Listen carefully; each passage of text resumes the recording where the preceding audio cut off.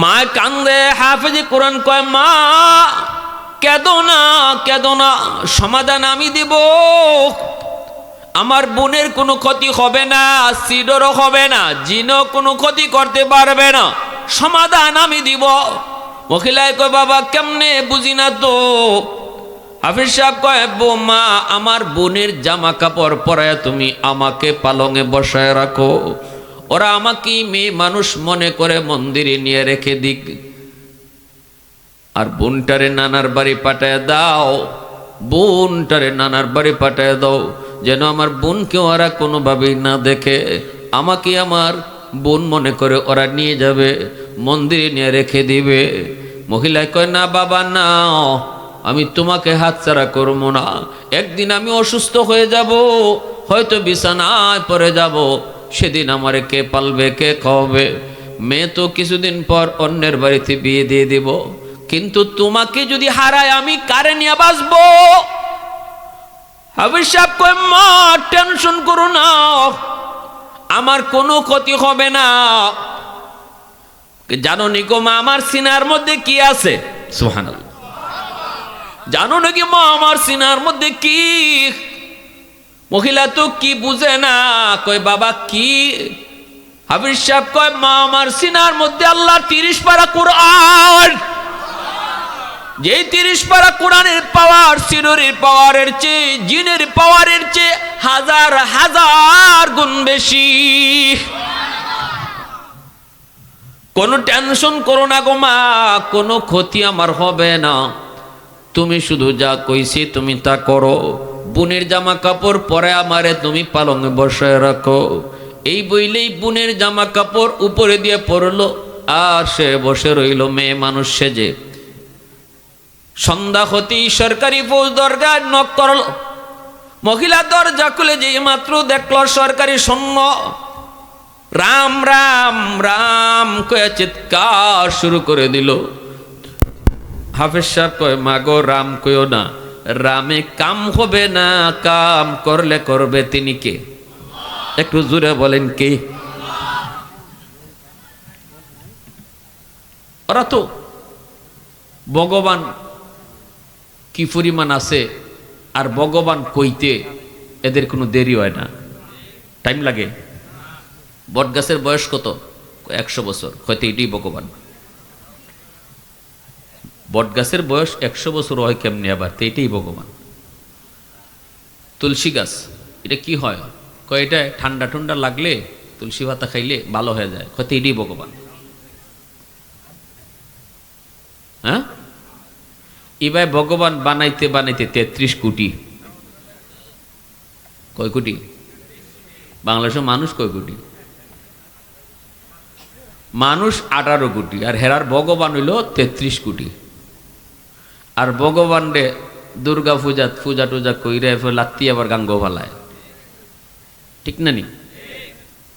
উসমান হারুনি আল্লাহর বহুত বড় একজন বলি, খাজা মঈনুদ্দিন চিশতি রহমতুল্লাহ আলাইহির পীর, খাদেম নিয়ে যাইতেছেন। খাদেম রে বললেন বাবা একটু আগুন নি পাও দেখো তো, আমি একটু অজুর পানি গরম করব। খাদেম যে পেয়ে গেল, একদল মানুষ তারা আগুনের পূজা করে, কাছে যায় বলতেছে একটু আগুন দিবানি গো, আমার হিসাবে পানি গরম করব। কয় কেন? কয় অজু করার জন্য। অগ্নি পূজারীর দল তখন কয় আমরা কোনো মুসলমানকে আগুন দেব না, কারণ আগুন আমাদের দেবতা ভগবান, আগুন আমরা ভগবান। নাউজুবিল্লাহ। হুজুর ওরা আগুন দিবে না, আগুন পেয়েছি কিন্তু দিবে না। কয় কেন? কয় ওর আগুন বলে ওদের দেবতা ভগবান, আগুনের পূজা করে।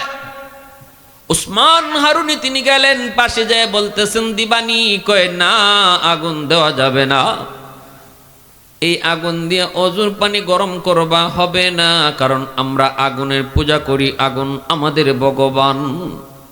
উসমান হারুনি কয় তোমরা যে আগুনের পূজা করো, আগুনের মধ্যে একটু আঙ্গুল দিয়ে দেখো তো আগুন তোমাদের কি ফুরায় কি ফুরায় না?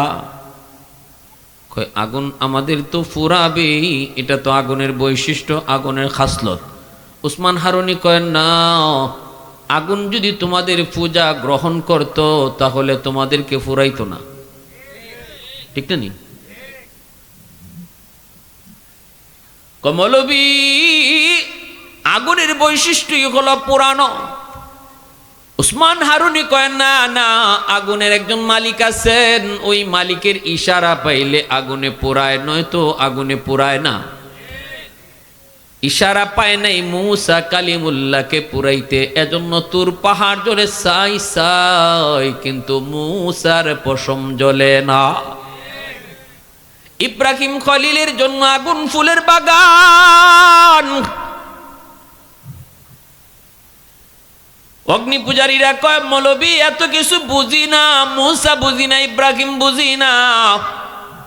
উসমান হারুনি কয় আমারে বুঝুনি? কয় হ বুঝি। কয় তাহলে দেখো, আমি আগুনের পূজা করি না, আগুনের মালিকের পূজা করি। এজন্য আগুনের মালিক যদি চায় আগুন আমারও পোড়াবে না। এই বইলে উসমান হারুনি আগুনের ভিতরে আল্লাহু আকবার কয় লাফ দিয়া ঢুকে পড়লেন।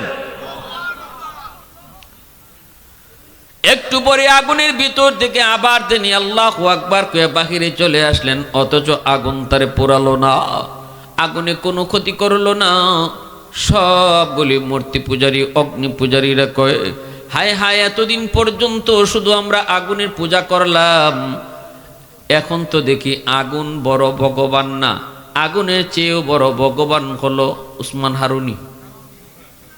ওই ভগবান বাড়ায়, কিন্তু এইভাবে কিন্তু বাড়াইতে বাড়াইতে কয় কোটি হয়েছে। এখন উসমান হারুনি ভগবান, সেজদা দেওয়া শুরু করছে, এনি লাঠি হাতে নিয়ে গদা। আহমকের আহমক, বুকার বুকারা, আমাকে আগুনে যে জ্বালায় নাই এটা আমার কোনো ক্রেডিট না, বাহাদুরি না। আমি আগুনের মালিকের ইবাদত করি, গুলামি করি, এজন্য আগুন আমারে জ্বালাই নেই। তোমরাও যদি আগুনের মালিকের গুলামি করো, আগুন তোমাদেরকেও জ্বালাবে না। বলা মাত্রই উপস্থিত সকল অগ্নি পূজারী কালেমা পরে মুসলমান হয়ে গেছে। मैं तालिब मौला हो मेरे इश्क निराला, मैं तालिब मौला हूँ मेरे इश्क निराला, है जुमला जहाँ जिनके तजल्ली से उजाला, है जुमला जहाँ जिनके तजल्ली से उजाला, मादर दो जहाँ गैर खुदा यार नदारम, যদি আদে খুদাহি চিদিগর কার নদারম, যদি আদে খুদাহি চিদিগর কার নদারম। মুসলমানের আওয়াজ কও আল্লাহু আকবার। এইবার মহিলা কয় বাবা, এ মহিলা কান্না শুরু করলো। সরকারি সৈন্যরা যায় কয় মেয়েটা এত সুন্দর, কিন্তু আজকে সে জিন্নাতের বুক হবে, জিনের বুক হবে। হায় রে, আজকে মন্দিরে তার সকালে যায় লাশ পাওয়া যাবে। এত সুন্দর মেয়েটা, বলুন তো মেয়ে না ছেলে? আরেকটু জোরে, মেয়ে না ছেলে? কিন্তু ওরা মনে করেছে মেয়ে। মেয়ে লোকের পোশাক পরা, অল্প বয়সে হাফেজে কোরআন হয়েছে, দাড়ি মুছ উঠে নাই। বোঝা গেল হাফেজে কোরআন হওয়া এটা মূলত হাত চাবিটা কার হাতে? একটু জোরে কও, কার হাতে? কম বয়সে হাফেজ হয়েছে, আপনারা দেখছেননি? এমন বহু আছে, বহু ঠিক মতো নামটা কইতে পারে না, ঠিক মতো বাংলা পড়তে পারে না, ঠিক মতো ঠিকানা কইতে পারে না, সিনার মধ্যে আল্লাহর 30 পারা কোরআন। বোঝা গেল এই জিনিসটা সম্পূর্ণটাই কার হাতে? সুম্মা উরাসনাল কিতাব আল্লাযীনা আসতাফাইনা মিন ইবাদিনা। এই মাদ্রাসা ছাত্রগুলো ইজাত কে লাগি, বই কে লাগে, আর উঠে কে লাগি, যায় কে লাগি, কিচ্ছু বুঝি। খুব ডিস্টার্ব করছে শুরুর থেকে ছাত্রগুলা, কষ্ট পাইছি। মুআজ্জাজ হাজিরিনের জন্য আমি আর বেশি সময় নেব না, 10 মিনিট। এইদিকে হলো কি, ওই হাফেজ সাহেব তার মন্দিরে নিয়ে রেখে দিল। এই মন্দিরে রাখার পর তারা তো চলে আসলো। রাত যখন 12টা বেজে গেল, সরকারের পক্ষ থেকে পাগলা ঘন্টা বাজানো হয়, সিডর হওয়ার সময় এসে গেছে, যে কোনো মুহূর্তে বিপদ ঘটবে, জনগণকে সতর্ক করা হয়েছে। সাথে সাথে ওই হাফেজে কোরআন মন্দিরে ডুইকা মেয়ে লোকের পোশাক কইলা, ভিতরে তার নিজের পোশাক, হাতের মধ্যে ছিল জায়নামাজ, ওই জায়নামাজখানা মন্দিরের ভিতরে বিছায়া আল্লাহ পাকের কদমে সেজদায় পড়ে কান্দে আর কই, মালিক আজকে প্রমাণ হবে জিনের শক্তি বেশি নাকি তোমার কোরআনের শক্তি বেশি। মালিক আজকে প্রমাণ হবে সিডরের পাওয়ার বেশি না সূরা ইয়াসিনের পাওয়ার বেশি। যেই মাত্র পানি দানবের মতো রূপ ধইরা সাগরের পানি মালদ্বীপের দিকে আক্রমণ করতে চায়, হাফেজ কোরআন আল্লাহ পাকের কালামের সূরা ইয়াসিন পয়রা ফুদে, আল্লাহর কালামের সূরা ইয়াসিন কোরআনের হৃৎপিণ্ড, কোরআনের কলব পয়রা ফুদে মাত্রই আল্লাহ পাক সূরা ইয়াসিনকে অ্যাটম বোমার মতো শক্তিশালী বানায়া ওই দানবের মতো পানির বিপরীতে আল্লাহ পাঠায়া দেয়। সাগরের মাঝামাঝি যায় সূরা ইয়াসিন পানিটারে আঘাত করে, আঘাত করা মাত্রই মুহূর্তের মধ্যে ওই দানবের মতো পাহাড় সমান পানিটা আবার সাগরে দেবে গেল। সিডর হলো না, জলোচ্ছ্বাস হলো না। সকালবেলা আসলো লাশ নেওয়ার জন্য, ফৌজের আইসা দেখে মন্দিরের ভিতরে লাশের কোনো বংশ নাই, কিন্তু মন্দিরের ভিতরে একজন হাফেজে কোরআন বসে বসে কোরআন তেলাওয়াত করে। সরকারি সৈন্যরা জিজ্ঞেস করে, কি তুমি লাশটা কোথায়? হাফিজ সাহেব কয়, লাশ তোমরা কোথায় পাবা? এখানে লাশ কার আসবে?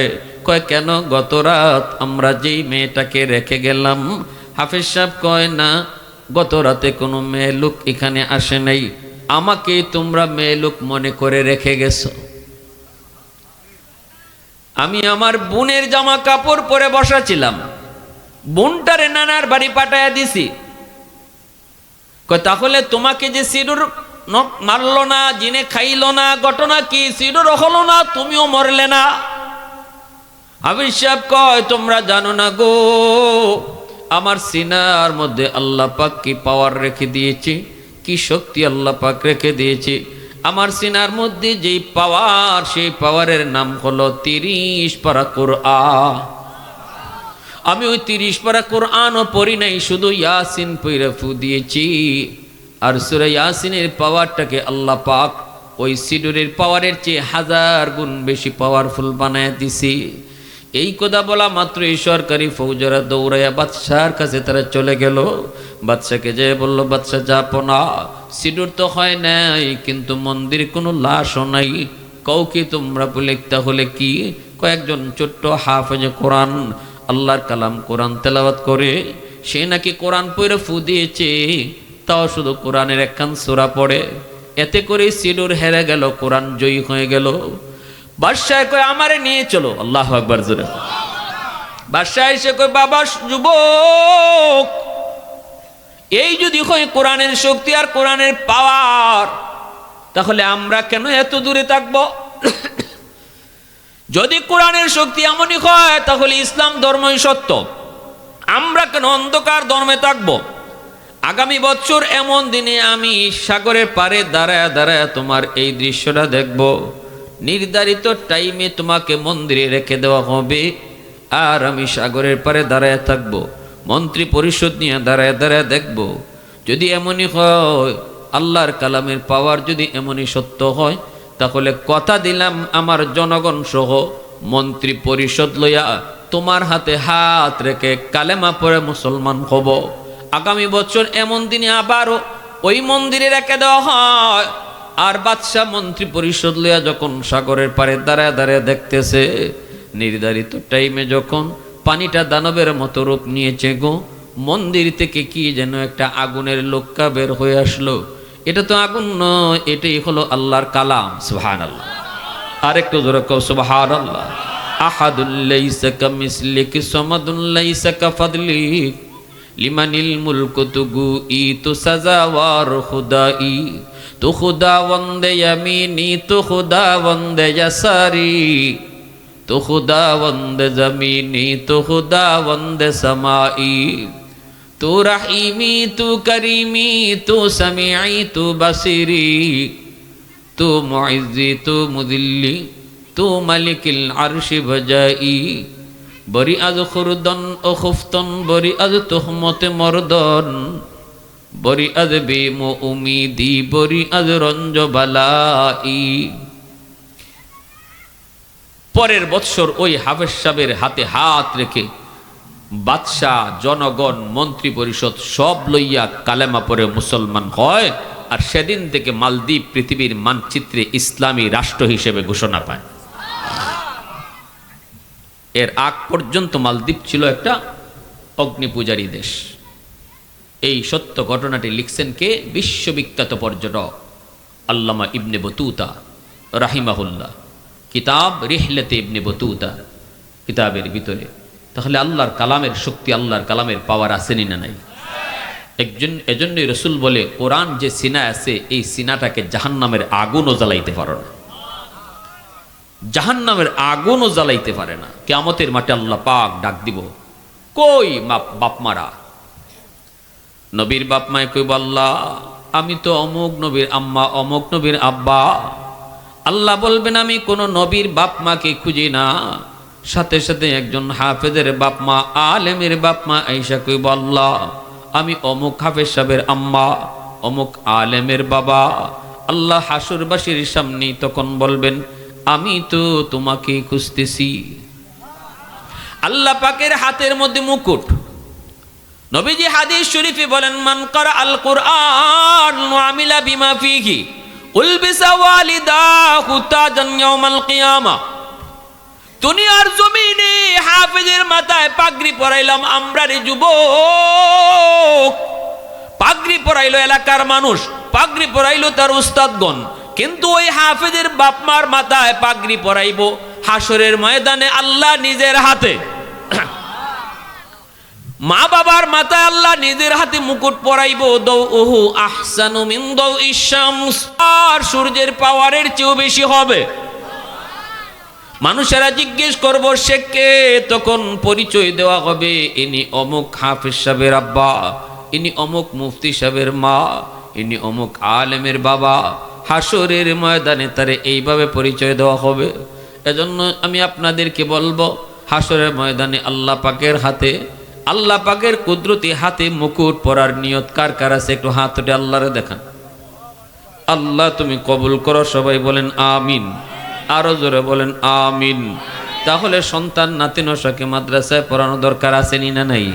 মাদ্রাসার সবচেয়ে বড় সহযোগিতা হলো নিজের আওলাদকে মাদ্রাসায় পড়ানো। টাকা পয়সা দিয়া সহযোগিতা যারা করে তো করে আলহামদুলিল্লাহ, তবে এর চেয়েও বড় সহযোগিতা হলো সন্তান মাদ্রাসায় পড়ানো, নিজের নাতি নসাকে মাদ্রাসায় পড়ায়া হাফেজ আলেম বানানো। এরাই হলো মাদ্রাসার 1 নম্বর মুহিব্বিন, 1 নম্বর শুভাকাঙ্ক্ষী। ঠিক না নি? হ্যাঁ, আল্লাহর ঘর নবীর ঘর, আল্লাহর ঘর মসজিদ, নবীর ঘর মাদ্রাসা। আর্থিক অবস্থা আল্লাহ আটকায় রাখবে না। আমি না দেই আরেকজন আল্লাহ বাউ করে দিয়ে আল্লাহ চালাই নিব। ঠিক না নি?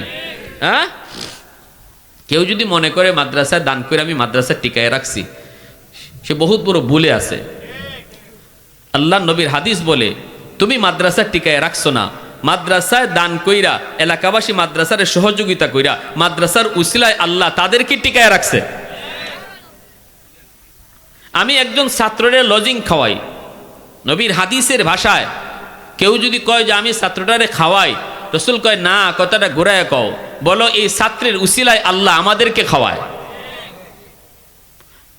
ইন্নাল আলিমা ইস্তাগফিরু লাহু মান ফিল আরদ ওয়া মান ফিস সামা হাত্তাল হিতানু ফি জাওফিল মা।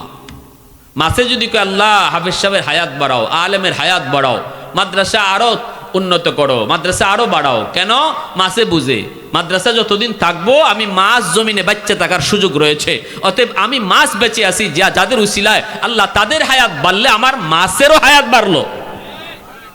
আল্লাহ রসুলকে এটা মাছে বুঝলো, পিপিলিকায় বুঝলো, গাছের পাতায় বুঝলো, বালির কণা বুঝলো, কিন্তু তুমি মানুষ বুঝলা না। ঠিক না নি? রসুল বলতেছে, উম্মত তোমরা বুঝলা না।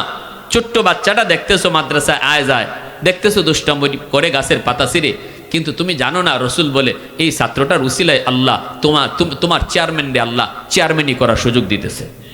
তুমি মেম্বারকে আল্লাহ মেম্বারি করার সুযোগ দিতেছে, ওই মাদ্রাসাটার উসিলায়, ওই ছাত্রটার উসিলায় আল্লাহ পাক তুমি বড় ব্যবসায়ীকে ব্যবসা করার সুযোগ দিচ্ছে, ওই ছাত্রটা উসিলায় আল্লাহ তোমার মতো একজন মানুষকে সুস্থ অবস্থায় চলার সুযোগ দিচ্ছে। এখনো তোমার আল্লাহ গাছ থেকে ফুল ফল খাওয়ায়, এখনো জমিন থেকে আল্লাহ তোমারে ফসল খাওয়ায়, এখনো তোমারে নদী থেকে মাছ খাওয়ায়। যত নিয়ামত তুমি দেখতেছো সব কিছু আল্লাহ পাক তোমারে খাওয়াইতেছে, পালতেছে এই ছাত্রটার উসিলায়। সুবহান। তাহলে কদর করা দরকার আসেনি না নাই? আসেনি না নাই? প্যারে হাজিরিন, এজন্য মহব্বত করব মাদ্রাসাকে দিল থেকে, অন্তর থেকে। ছাত্র উস্তাদ সবাইকে দিল থেকে মহব্বত করব। হাসরের মাঠে এই মহব্বতটা নাজাতের উসিলা হবে। কুন আলিমান আও মুতাআল্লিমান আও মুহিব্বান আও মুঈনান ফালা তাকুন খামিসা। রাসূল কয় 5 নম্বর দলে যাইও না, হয় ছাত্র হও, মাদ্রাসা তালেব ইলম হও, নয় উস্তাদ হও, কোরআন শিখো নাইলে শিখাও, অথবা কোরআনওয়ালাদেরকে মহব্বত করো, কোরআনওয়ালাদেরকে সাহায্য সহযোগিতা করো। পারতেছো না তুমি ফরতায়ও ফরাইতায়ও, তাদের পাশে থাকো, মহব্বত করো, দেখো কখন কি লাগতেছে, দেখো ছাত্রটার বসার পরিবেশ ঠিক আছে কিনা, তার খাওয়ানোর পরিবেশ হয়েছে কিনা। আল্লাহ রসুল কয় এই 4টা দলের ভিতরেই তাক্য ফালা তাকুন খামিসা, 5 নম্বর দলে যেও না। সুবহানাল্লাহ। রসুল কি কইছেন? 5 নম্বর দলে কেউ যেও না, গেলে দুনিয়াও বরবাদ, আখিরাতও বরবাদ। মানে 5 নম্বর দল হইলো যারা মাদ্রাসারে ভালো পায় না। ধরো এই মাদ্রাসাটা এখানে কেন হইলো, এটা ওই একটা ঝামেলা বাঁধাইছে, এটা ওই আমার স্কুলের ছাত্র কমাই দিছে, এখানে ওই এই করছে সেই করছে, এই ধরনের কোনো কথা মন্তব্য তুমি করলেই রসুল কয় তুমি 5 নম্বর দলে গেলায়। কয় নম্বর দলে গেলায়? 5 নম্বর দলে গেলায়। ছোট ছোট বাচ্চারা মাদ্রাসা যারা পড়ে এরা মানুষের বাচ্চা, এরা ফেরেশতা না, ভুল হবেই, ঠিক কিনা? হাসরের মাঠে একজন আলেমের ভুল আল্লাহ পর্দার ভিতরে নিয়ে জিজ্ঞেস করব, ইয়া মাশারাল উলামা তামাইয়াজু বাইনাহুম, ও উলামায়ে কেরাম হাসরবাসী থেকে আলাদা হও। সুবহানাল্লাহ, জোরে বলেন। আল্লাহর ঘোষণা, হাসরবাসী থেকে আলাদা হও। আলাদা হলে আল্লাহ পর্দা ফালাই দিবে। ফালাই আল্লাহ বলবে একজন আলেম দোষ করছে, ভুল করছে, গুনাহ করছে। আল্লাহ বলবে কেন এই ভুল করছো? তখন সে বলবে আল্লাহ ভুল হয়ে গেছে, তোমার কোরআনের ইজ্জতের খাতিরে মাফ করো। আল্লাহ বলবেন আমি তো কোরআন বুঝেই তোমার সিনায় দিছি, এরপরও যখন ভুল করে লিছো যাও আমার কোরআনের ইজ্জতের খাতিরে মাফ করে দিলাম। ফালা উবালি ফালা উবালি ফালা উবালি। হাদিসে কুদসি আল্লাহ বলে আমি একজন কোরআনওয়ালাকে হাসরের মাঠে মাপ দিব পর্দার আড়ালে, এই মাপ দেওয়ার সময় আমি কারো পরোয়া করব না, আমি কারো কোনো পরোয়া করব না। কেডায় আমারে কি জিগাইব? ওই বুশে নিয়ে আমারে জিগায়, ক্লিন্টনে নিয়ে আমারে জিগায়, রাশিয়া প্রেসিডেন্ট নিয়ে আমারে জিগায়, আল্লাহ তারে দিয়ে মাফ করে দিলাই তা আমি কি? আল্লাহ ইজাত পরোয়া আমি করব না, আমার কোরআনে ইজ্জতের খাতিরে পর্দার ভিতরেই মাফ করে দিব। এবং পর্দার ভিতরেই একজন আলেমরে যে ভুল জিগাবো আল্লাহ, এটা হাসরবাসী কেউ শুনবেও না, দেখবেও না, এতটুকু শরম আল্লাহ সাধারণ মানুষের সামনে একজন আলেমকে দিবে না। হাসরের মাঠে যদি আল্লাহ আলেমের ভুলকে গোপনে রাইখা আল্লাহ গোপনেই মাফ করে দিতে পারে, আমি মানুষ এমন কি হইলাম যে মাদ্রাসার একটা ছাত্র যদি ভুল করে, একজন আলেম যদি ভুল করে, আমি এটা গোপন রাখতে পারলাম না? আমি এটা চার দোকানে বইসা, আমি এটা বাজারে বইসা ওপেন করে গোটা আলেম সমাজকে কলঙ্কিত করলাম। আল্লাহ যদি পারলো, আমি পারলাম না। আমি কত বড় নালায়েক, ঠিক না? নিয়ে যখন যার উসিলে আল্লাহ আমারে খাওয়াইতেছে, যাদের উসিলে আল্লাহ আমারে বাঁচাইতেছে, যাদের উসিলে আমারে আল্লাহ চেয়ারে বসায় রাখছে, তার একটা ভুল চোখে ধরা পড়তে পারে, ছোট বাচ্চা ভুল করতে পারে, এটা আমি কেমন কি হইল যে আমি এটা প্রচার করলাম? আমার প্রচারের কারণে আরো 10 জন মানুষ মাদ্রাসায়, নিজের ছাত্র নিজের বাচ্চাটার মাদ্রাসায় পড়ানোর কথা ছিল, সে তার মন ঘুরায় নিল। হাসরের মাঠে এর জন্য দায়ী কে হবে? যে প্রচার করছে, যে অপপ্রচার করছে, যে বদনাম করছে। আল্লাহ আমাদেরকে সহি বুঝ দান করুন। সবাই বলি আমিন, আরো জোরে বলি আমিন। ওয়া আখির দাওয়ানা আনিল হামদুলিল্লাহি রাব্বিল আলামিন। আল্লাহুম্মা সাল্লি আলা মুহাম্মদ ওয়া আলা আলি মুহাম্মদ কামা সাল্লাইতা আলা ইব্রাহিম ওয়া আলা আলি ইব্রাহিম ইন্নাকা হামিদুম মাজিদ। আল্লাহুম্মা বারিক আলা মুহাম্মদ ওয়া আলা আলি মুহাম্মদ কামা